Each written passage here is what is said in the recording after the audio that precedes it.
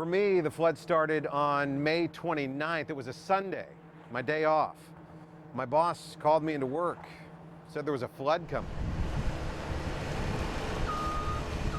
It seemed like pandemonium, people rushing around, filling sandbags. Nobody had any idea how bad this was going to get.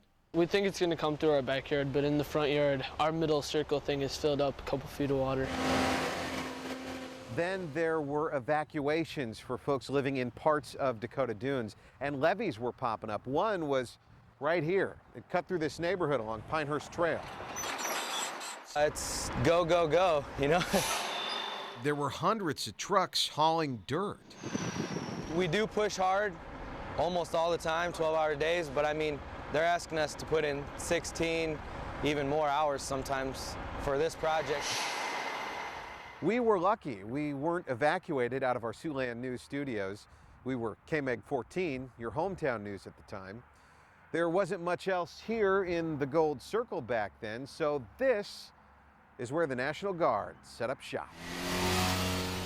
You'd have to show an ID to get into the dunes. Most people weren't allowed past the levees, evacuated in some cases until September.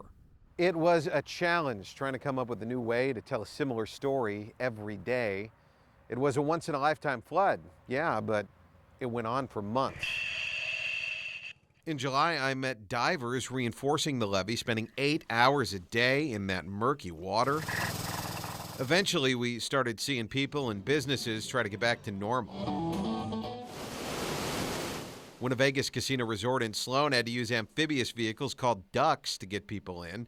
The place was surrounded by water. I was on one of those first trips. From there, it's just a quick trip up and over the levee, where Winnevegas Casino was still high and dry. The flooding affected fishing along the Missouri and South Sioux. The banks looked more like a desert than a beach. Before we got the flooding problem over here in this river, I used to catch bigger fish. Right now, I use a bunch of small ones. We're going to have a party when this is all done. I told the neighbor yesterday, we're going to have a lot of stories to tell when this is over.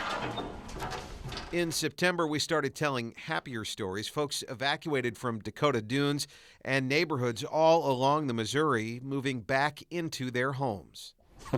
Who would ever think you'd look forward to mowing your own yard, but that's actually where we're at. You start the simpler things in life, you appreciate more now. I spent about 3 months that summer telling nothing but stories about the flooding. I'm never going to forget 2011, and it's a summer I'm sure no one who lives along the Missouri River wants to live through again.